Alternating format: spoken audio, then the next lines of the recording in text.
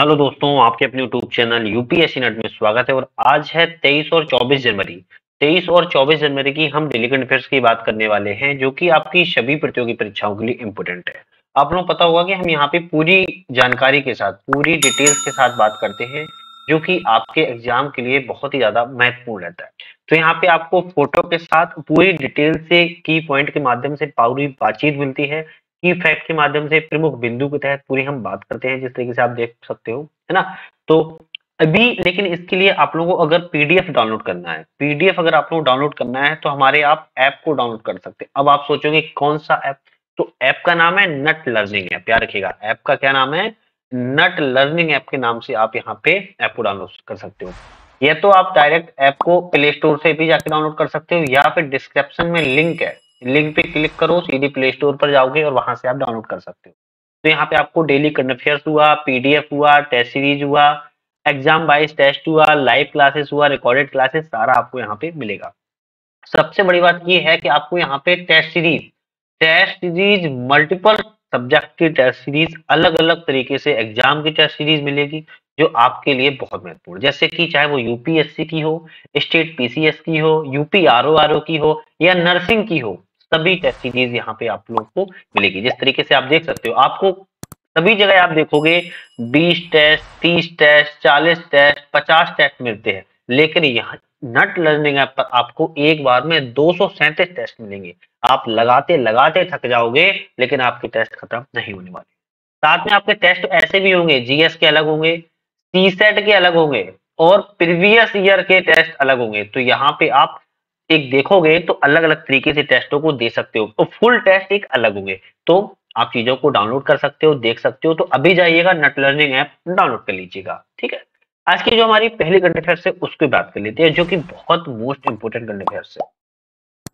16 साल की, याद रखिएगा, कितने साल की बात कर रहे हैं, 16 सालों की बात कर रहे हैं। 16 साल की बातचीत के बाद स्विट्जरलैंड और भारत, याद रखिए किस कौन से देशों की बात कर रहे हैं, स्विट्जरलैंड प्लस भारत। याद रखिएगा, स्विट्जरलैंड और भारत ने मुक्त व्यापार समझौते पर सहमत हो चुके हैं। मतलब कि मुक्त व्यापार समझौते का मतलब होता है फ्री ट्रेड एग्रीमेंट, एफटीए पर इन्होंने हस्ताक्षर कर दिए हैं, सहमत हो गए। 16 साल के बाद, एक लंबी प्रक्रिया के दौरान गुजरे, तब उसके बाद ये समझौता है, सहमत हुआ है। तो कहीं ना कहीं ये एग्जाम के पॉइंट ऑफ व्यू से बहुत इंपोर्टेंट है। प्रमुख बिंदु के तहत समझते हैं पूरी बात क्या है। तो स्विट्जरलैंड या फिर स्विस अर्थव्यवस्था एक ही बात होती है, तो हम इसको शॉर्टकट में स्विस अर्थव्यवस्था भी कह सकते हैं। स्विस अर्थव्यवस्था मंत्री गाई पारमेलिन ने कहा है कि स्विट्जरलैंड और भारत, ये दोनों दोनों देश मुक्त व्यापार समझौते पर सहमत है, मतलब कि एफटीए पर। अब एफटीए का तात्पर्य होता है फ्री ट्रेड एग्रीमेंट। यह भारत की युवा आबादी के लिए नौकरियां पैदा करेगा, साथ ही स्विट्जरलैंड में रोजगार सुरक्षित करेगा। वित्त वर्ष 2021-22 के दौरान अब भारत और स्विट्जरलैंड के बीच में द्विपक्षीय व्यापार लगभग 25 बिलियन अमेरिकी डॉलर का था। अब आपको ये चीज तो पता होगा कि जो आंकड़ा होता है वो पूर्व के कुछ वर्ष होते हैं, उसका आंकड़ा होता है। तो 2021-22 की बात कर रहे हैं हम, 25 मिलियन डॉलर का बात की गई है कि द्विपक्षीय व्यापार। अगर हम सेवाओं के व्यापार, ये किस चीज का व्यापार दर्शा रहा है, एक गुड्स का, याद रखिएगा, किसका, गुड्स का, वस्तु का व्यापार दर्शा रहा है। और ये सेवाओं का व्यापार, सर्विसेज का व्यापार दर्शा रहा है। जो सेवाओं का व्यापार है, लगभग 2 बिलियन अमेरिकी डॉलर देखा गया। भारत और स्विट्जरलैंड सातवां सबसे बड़ा व्यापारिक भागीदार है। जो भारत है स्विट्जरलैंड का, वो सातवां सबसे बड़ा व्यापारिक भागीदार है, और स्विट्जरलैंड भारत में 12वां सबसे बड़ा निवेशक है। याद रखिएगा, स्विट्जरलैंड भारत में, मतलब कि भारत स्विट्जरलैंड के लिए 7वां सबसे बड़ा व्यापारिक भागीदार बना हुआ है। वहीं अगर बात किया स्विट्जरलैंड की, तो यह भारत में जो निवेश है वो 12वां नंबर पर आता है कि सबसे ज्यादा निवेश करता है, 12वें नंबर पर। मतलब इससे पहले भी 11 और करते हैं। भारत स्विट्जरलैंड मुख्य रूप से कार्बन, रसायन, मोती, कीमती पत्थर, आभूषण, कपड़ा, परिधान जिसको कहते हैं, या फिर रंगाई की सामग्री, साथ में विद्युत मशीनरी निर्यात करता है। क्या करता है, निर्यात करता है भारत स्विट्जरलैंड को। याद रखिएगा, भारत से स्विट्जरलैंड को जो सामान जाता है उसकी बात कर रहे हैं। कार्बनिक रसायन, मोती, कीमती पत्थर, आभूषण, कपड़ा परिधान, रंगाई सामग्री और विद्युत मशीनरी निर्यात करता है। अब यहाँ पे एक बात क्वेश्चन निकल के आता है कि स्विट्जरलैंड की बात करें, देखा जाए तो स्विट्जरलैंड रसायन, फार्मास्यूटिकल्स, मशीनरी, परिवहन उपकरण और सटीक इंजीनियरिंग उत्पाद और घड़ियों का निर्यात करता है। एक मुक्त व्यापार समझौता टैरिफ, कोटा, सब्सिडी निषेधों को कम करके देशों के बीच आयात और निर्यात की बाधाओं को कमी यहाँ पे देखने को मिलती है। तो एक मुक्त व्यापार समझौता है जो कि फ्री ट्रेड एग्रीमेंट कह सकते हैं हम, होता ही है, क्या कह सकते होता है कि फ्री ट्रेड एग्रीमेंट, एफटीए कहते हैं जिसको हम, याद रखिएगा एफटीए। तो ये जो न्यूज आपके लिए ना दो तरीके से महत्वपूर्ण है। एक तो आपके लिए इकोनॉमी के लिए है महत्वपूर्ण, किसके लिए? इकोनॉमी के लिए। दूसरा इंटरनेशनल रिलेशनशिप के लिए है। तो यहाँ पे दो चीजों के लिए आपके लिए महत्वपूर्ण न्यूज हो जाती है। तो बहुत मोस्ट इंपोर्टेंट है, इसको याद रखिएगा। अभी तक आप लोग चैनल पे नए हो, सब्सक्राइब नहीं किया, चैनल को सब्सक्राइब कर लीजिए, इतनी सी आपसे रिक्वेस्ट रहती है, मुझे मोटिवेशन मिलता है। बेल आइकन में प्रेस कर लीजिए जिससे कि आने वाली वीडियो का नोटिफिकेशन मिलता रहे। वीडियो पसंद आ रही है तो लाइक भी कीजिए, लाइक करने से दोस्तों अच्छा लगता है, मोटिवेशन मिलता है, और मोटिवेशन हर इंसान को जरूरी होता है। साथ में सोशल साइट की डिस्क्रिप्शन में लिंक है, जैसे कि टेलीग्राम, इंस्टाग्राम और व्हाट्सएप, तो इन सभी को ज्वाइन कर लीजिए जिससे कि वहां पे आपको शॉर्ट नोट्स पीडीएफ फॉर्म में, साथ ही कोई भी नोटिस आता है किसी भी एग्जाम का तो वो नोटिस डायरेक्टली वीडियो ना बनाते हुए मैं वहां पे अपलोड कर देता हूँ, जिससे आपको पता लग जाता है। साथ में नेट लर्निंग ऐप नाम से हमारा ऐप है, उसको भी आप एक बार डाउनलोड जरूर कर लीजिए, डिस्क्रिप्शन में लिंक है, एक बार देख लो कि किस तरीके से कार्य करता है। कुछ भी अगर आपको डाउट है तो आप डायरेक्टली टेलीग्राम, व्हाट्सएप या फिर कहीं भी आप मुझे कमेंट कर सकते हैं या फिर मैसेज कर सकते हैं। उम्मीद है आप लोगों ने सब्सक्राइब और डाउनलोड कर लिया होगा। सेकंड करंट अफेयर की बात करते हैं। डेजर्ट फेस्टिवल बहुत इंपोर्टेंट है। डेजर्ट फेस्टिवल 2024 का जैसलमेर में 22 से 24 फरवरी तक आयोजित किया जाएगा। अब देखो पहले ही आयोजित बता दिया है कब किया जाएगा, तो क्योंकि अगर एग्जाम में आता है तो आप बता सकते हैं 24 से लेके 24 फरवरी के बीच में आयोजित किया जाएगा, जिसको हम डेजर्ट फेस्टिवल कहते हैं, और राजस्थान के एग्जाम के लिए बहुत इंपोर्टेंट है। तो डेजर्ट फेस्टिवल 2024 का जैसलमेर में आयोजित होने जा रहा है। अगर हम बात करें इस उत्सव की थीम क्या है, क्योंकि आप लोग पता होगा कि एग्जाम में अक्सर थीमें जरूर पूछी जाती है, तो बैक टू द डेजर्ट क्या है? बैक टू द डेजर्ट इस वर्ष की थीम है। महोत्सव की शुरुआत लक्ष्मीनाथ मंदिर से जुलूस के साथ होगी, याद रखिएगा, और स्थानीय कलाकारों को जगह देना इस वर्ष महोत्सव की प्राथमिकता होगी। तो इस साल क्या होगा कि जो प्रायोरिटी रखी गई है वो स्थानीय जो कलाकार हैं उनको यहाँ पे प्राथमिकता दी जाएगी। जिला कलेक्टर प्रताप सिंह की अध्यक्षता में आयोजित बैठक के दौरान महोत्सव की तैयारियां शुरू हो चुकी हैं। यह बैठक नागरिकों, होटल व्यवसायी, पर्यटन संचालन, कलाकारों, अन्य लोगों के साथ सुझाव देने के लिए भी आयोजित की गई है।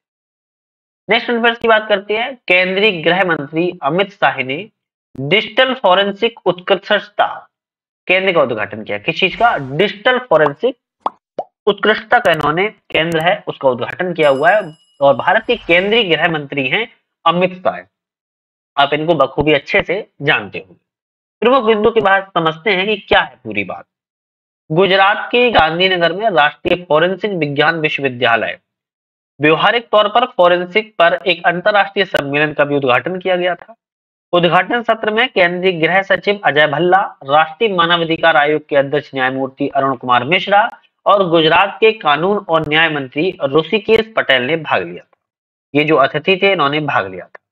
डिजिटल फोरेंसिक उत्कृष्टता केंद्र उन अपराधों को संबोधित करने में मदद करेगा जो प्रौद्योगिकी मतलब कि टेक्नोलॉजी के दुरुपयोग से संचालित होते हैं।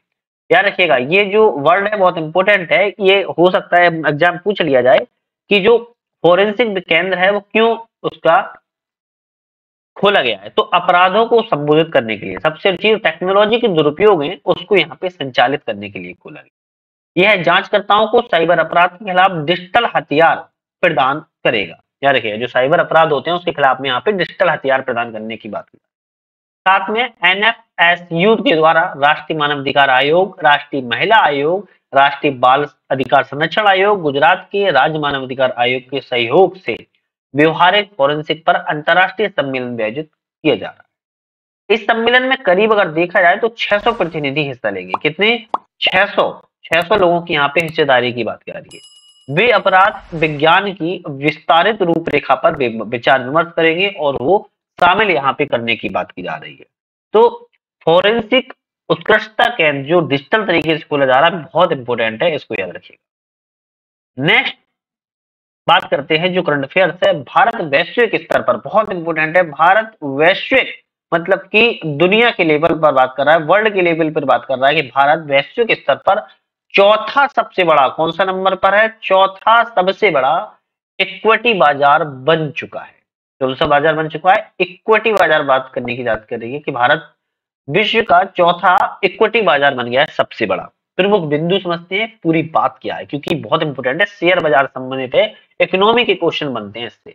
तो शेयर बाजार मूल्यांकन में भारत ने हांगकांग को पीछे छोड़ दिया है। कितनी इंपोर्टेंट खबर है, हांगकांग को पीछे छोड़ा है भारत ने। अगर भारत ने हांगकांग को पीछे छोड़ा है तो कहीं ना कहीं इंपोर्टेंट है, क्योंकि भारत शेयर बाजार पहली बार हांगकांग से आगे निकल गया है। अब जब पहली बार आता है ना तो इंपोर्टेंट कहीं ना कहीं बन ही जाता है। तो भारत के जो शेयर बाजार है हांगकांग को पीछे छोड़ते हुए आगे निकल चुका है, जिसका संयुक्त बाजार पूंजीकरण हांगकांग के 4.29 ट्रिलियन डॉलर के मुकाबले 4.33 ट्रिलियन डॉलर पहुंच गया है। 2023 में भारत शेयरों में विदेशी फंडों के द्वारा 31 बिलियन डॉलर से अधिक का निवेश किया गया है। भारत का शेयर बाजार पूंजीकरण 5 दिसंबर को पहली बार 4 ट्रिलियन को पार कर गया। मजबूत कॉर्पोरेट लाभ प्रदाता और नियमित निवेशकों के लगातार बढ़ते पूल के कारण भारत का जो इक्विटी बाजार है वो तेजी से ऊपर की ओर बढ़ रहा है। तो ये आप देखिएगा, अंतर कुछ ज्यादा नहीं है, पर अंतर थोड़ा सा ही है, लेकिन देखा जाए तो पहली बार हांगकांग को पीछे छोड़ा है। तो इंपोर्टेंट हो जाती है 5 दिसंबर की डेट, क्योंकि 4 ट्रिलियन को इन्होंने पार कर लिया था। 2021 में, यार किसकी बात कर रहा है कि 2021 में अपने उच्चतम स्तर पर पहुंचने के बाद से हांगकांग के जो शेयर बाजार है वो 6 ट्रिलियन डॉलर से अधिक की गिरावट यहाँ पे देखी गई। 2023 में हैंगसेंग चाइना एंटरप्राइजेज इंडेक्स में 4 साल की रिकॉर्ड तोड़ गिरावट समाप्त हुई है और यह पहले से भी लगभग 13% नीचे है। हांगकांग सूचीबद्ध चीनी इक्विटी के लिए एक मेट्रिक है। यह माप तेजी से 20 वर्षों में अपने सबसे निचले बिंदु पर पहुंच रहा है, लेकिन भारतीय शेयरों के लिए बेंचमार्क अब तक के उच्चतम स्तर के करीब कारोबार कर रहे हैं। तो भारत का जो कारोबार दिखाया जा रहा है अपने उच्चतम स्तर पर दिखाया जा रहा है। वहीं अगर बात करें हांगकांग की, चाइना की, तो ये थोड़ा सा नीचे के स्तर पर दिखाया जा रहा है। तो ये बहुत भारत के लिए बहुत अच्छी खबर है, क्योंकि इसने हांगकांग को पीछे छोड़ते हुए चौथी सबसे बड़े इक्विटी बाजार बन चुका है। तो इक्विटी बाजार चौथा बना है, तो कहीं ना कहीं ये इंपोर्टेंट है। अभी तक आप लोगों को वीडियो पसंद आ रही है तो आपने लाइक किया होगा, साथ में आप लोगों ने अपने फ्रेंड सर्कल में शेयर जरूर कर लिया होगा। नेक्स्ट करंट अफेयर्स देख लेते हैं। आज की हमारी 5वीं करंट अफेयर्स क्या कहती है, चीन में 7.2 तीव्रता का भूकंप आया है। कहां पे आया है, चाइना में आया है। क्या आया है, भूकंप आया, अर्थक्वेक आया है। दिल्ली एनसीआर में भी झटके महसूस किए गए। कहां पे, इंडिया में, दिल्ली में, एनसीआर में इसके झटके महसूस किए गए। लेकिन प्रॉपर तरीके से देखा जाए तो चाइना में आया है, कितने परसेंट, 7.2 तीव्रता का आया था। ठीक है, तो भूकंप के प्रमुख बिंदु समझते हैं, कहां पे केंद्र बनता है, कहां पे इसका भूकंप केंद्र है, भूकंप उद्गम कहां है, इसको थोड़ा समझ लेते हैं। नेशनल सेंटर फॉर सिस्मोलॉजी के मुताबिक 23 जनवरी को चीन के दक्षिणी सिंजियांग में 7.2 तीव्रता का जोरदार भूकंप आया था। लगभग 1400 किलोमीटर दूर होने के बावजूद दिल्ली एनसीआर क्षेत्र में भी इसके झटके महसूस किए गए। प्राथमिक भूकंप के बाद 14 झटके महसूस किए गए, जिनमें 2 सबसे ज्यादा तीव्रता पर से 5 से अधिक थे। याद रखिएगा, टोटल 14 झटके महसूस किए गए, लेकिन जिसमें से 2 ऐसे झटके थे जो 5 की तीव्रता से अधिक थे। यह भूकंपीय घटना दक्षिण पश्चिम में चीन में भूस्खलन के एक दिन के बाद हुई है, क्योंकि दक्षिण पश्चिम में भूस्खलन हुआ था और भूस्खलन के एक दिन के बाद यह घटना महसूस की गई, जिसमें कई लोग दब भी गए हैं, जिसके परिणाम स्वरूप कम से कम 8 लोगों की मौत बताई जा रही है। पास ही कजाकिस्तान में भी 6.7, याद रखिए 6.7 तीव्रता का ऐसा ही भूकंप आया है। तो कजाकिस्तान में भी आया है। अब इन दोनों देशों को आप अपने मैप में लोकेट कर लीजिए। भूकंप उज्बेकिस्तान में भी महसूस किया गया है। इसमें करीब 30 मिनट बाद झटके आए। भूकंप की बात कर लेते हैं थोड़ी सी। भूकंप आमतौर पर टेक्टोनिक प्लेटों की गति के कारण आता है। उथले भूकंप आमतौर पर अधिक विनाशकारी होते हैं, क्योंकि जब भी सतह पर आते हैं तो उनमें अधिक ऊर्जा होती है। गहरे भूकंपों की बात की जाए तो कम विनाशकारी होते हैं, क्योंकि सतह पर आते आते वे अपनी अधिकांश ऊर्जा खो देते हैं, क्षीण अवस्था में पहुंच जाते हैं। पश्चिमी हिमालय की बात की जाए तो दुनिया के सबसे खतरनाक भूकंप क्षेत्रों में से आता है। तो पश्चिमी जो हिमालय है, वेस्ट हिमालय है, वो दुनिया के सबसे खतरनाक भूकंप क्षेत्र में आता है। और अभी जो हम भूकंप की बात कर रहे हैं, तो याद रखना है आप लोगों को, चाइना में तो मुख्य तौर पर आया है, उसके बाद देखा जाए तो कजाकिस्तान में भी आया है, और फिर उसके बाद देखा जाए तो उज्बेकिस्तान में भी महसूस किया गया है। और महसूस की बात किया तो भारत के एनसीआर में भी 1400 किलोमीटर की दूरी पर भी इसके झटके महसूस कर लिए गए। इन तीनों देशों को आप इन लोकेट कर लीजिए मैप में, जिससे कि थोड़ा बहुत एग्जाम में आए तो आप बता सकते हैं। नेक्स्ट डिफेंस की बात करते हैं। सोनी ने जी के, जी मतलब न्यूज का नाम आप लोगों को पता होगा, जी नाम है, ठीक है। तो सोनी ने जी के साथ $10 बिलियन का विलय रद्द किया हुआ है। किसने किया है? सोनी ने किया है जी के साथ। कितने डॉलर का? $20 बिलियन का इन्होंने रद्द कर दिया है विलय। क्यों किया है इसको समझ लेते हैं, और विलय क्यों हो रहा था। तो 22 जनवरी को जापान के सोनी ग्रुप ने, याद रखिएगा जापान का सोनी ग्रुप है, भारत के जी इंटरटेनमेंट के साथ $10 बिलियन के विलय की रद्द की घोषणा कर दी है। देश के मीडिया परिदृश्य को नया आकार देने वाले समझौते को पूरा करने में विफलताओं पर दोनों पक्ष एक दूसरे कानूनी रूप से चुनौती देने के लिए तैयार हैं।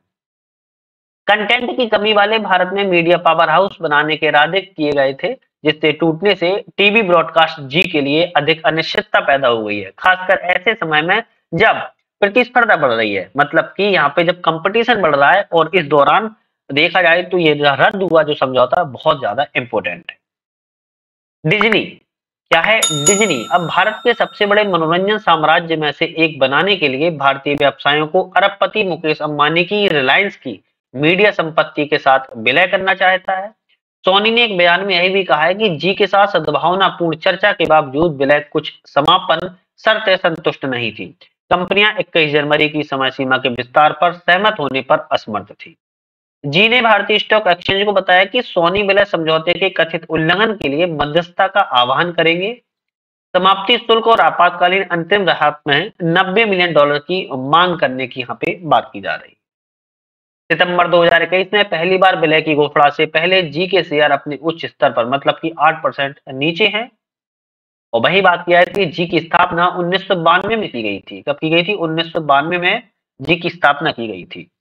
सुभाष चंद्रा ने की थी। और सोनी की स्थापना की बात किया है तो 1946 में की गई थी। और उसका मुख्यालय की बात किया है तो कोनान, मिनाटो, टोक्यो और जापान में है। तो जी और सोनी के बारे में याद रखिएगा, जी और सोनी के बारे में जितनी चर्चाएं थी मैंने आपके साथ साझा की हैं।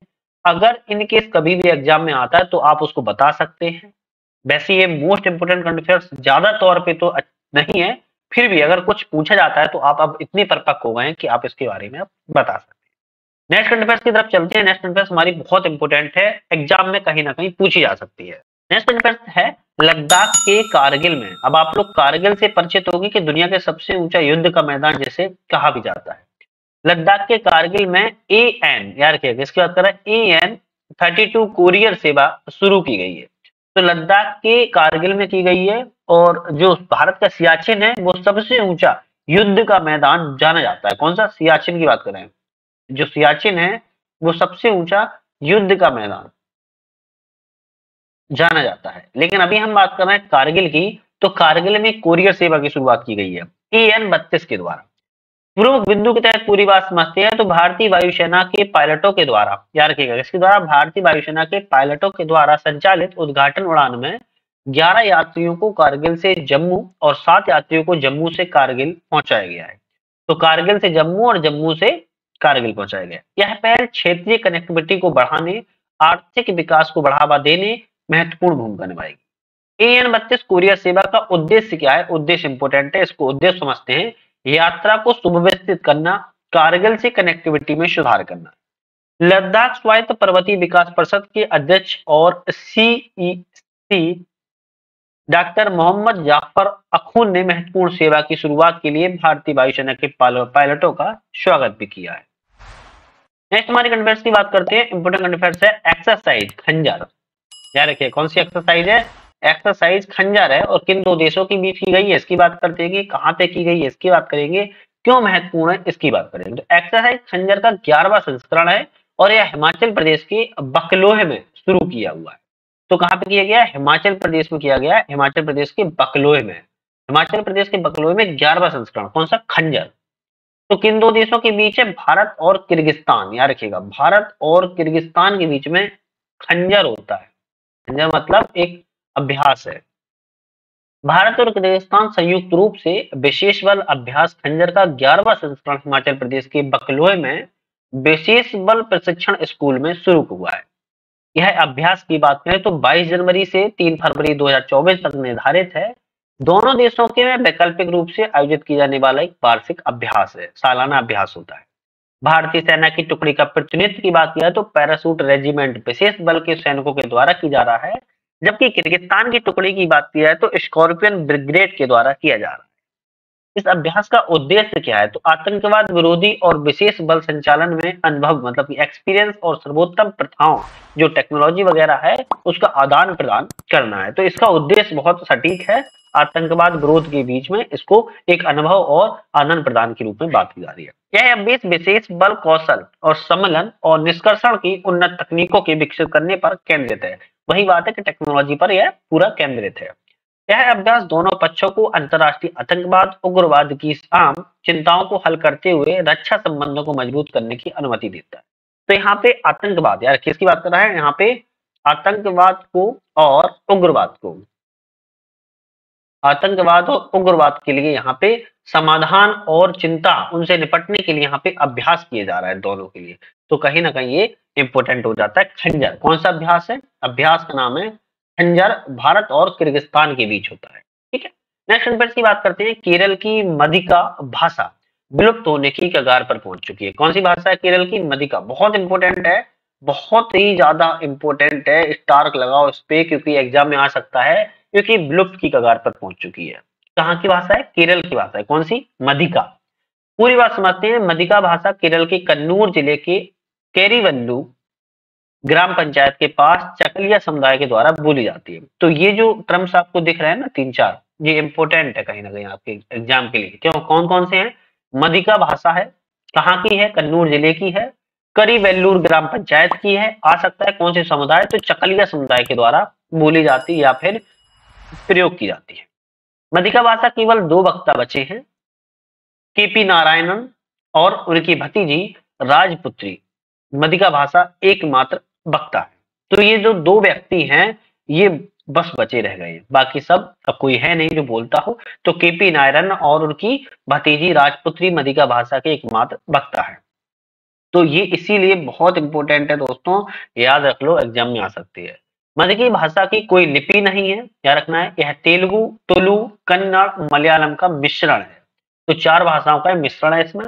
भाषा मुख्य रूप से कन्नड़ के पुराने रूप हैवक कन्नड़ से प्रभावित है। चकलिया समुदाय की बात किया, कर्नाटक के पहाड़ी इलाकों में आया था और समुदाय के कई सदस्य अभी भी पलाकुन्नू, पूगनम, प्रांतांचल, एलिझोड़, एजिलोड़ जैसे क्षेत्रों में कम संख्या में रहते हैं। तो ये दो व्यक्ति की बात की जा रही है, केपी नारायण और उनकी पुत्री राजपुत्री। तो ये जो भतीजी है उनकी केपी नारायण की, ये तो सिर्फ व्यक्ति बचे हैं जो बोलते हैं। तो जो भाषा है याद रखिएगा, मदिका भाषा विलुप्त होने की बिल्कुल कगार पर पहुंच चुकी है। बहुत इंपॉर्टेंट है, इसको याद कर लो। ठीक है, नेक्स्ट एडवाइस की और आज की हमारी अंतिम एडवाइस की बात करते हैं।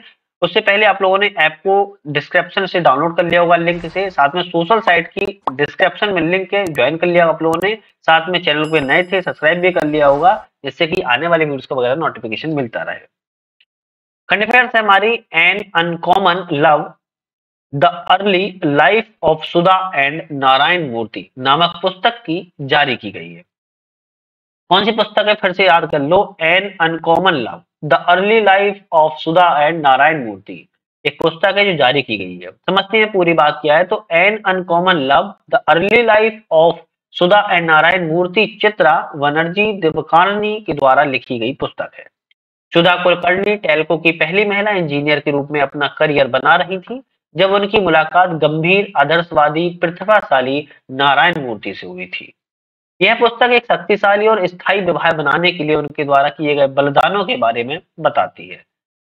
नारायण मूर्ति ने 1981 में इंफोसिस की स्थापना की थी। उन्हें भारतीय आईटी क्षेत्र का जनक भी कहा जाता है। तो नारायण मूर्ति ने किसकी स्थापना की है, इंफोसिस कंपनी की स्थापना की थी 1981 में, और इन्हें भारतीय आईटी का क्षेत्र का जनक के रूप में भी जाना जाता है। तो आज के यहाँ पे मोस्ट इंपोर्टेंट करंट अफेयर्स की बात की है। उम्मीद है आप लोग पसंद आएगी, आप लोगों ने लाइक किया होगा चैनल पे। सब्सक्राइब किया होगा चैनल को और डिस्क्रिप्शन में उस ऐप की नेट लर्निंग ऐप नाम से हमारा ऐप है, उसको डाउनलोड कर लिया होगा। आज के लिए इतना ही था। नेक्स्ट वीडियो फिर से मुलाकात करेंगे। वीडियो का बहुत बहुत धन्यवाद।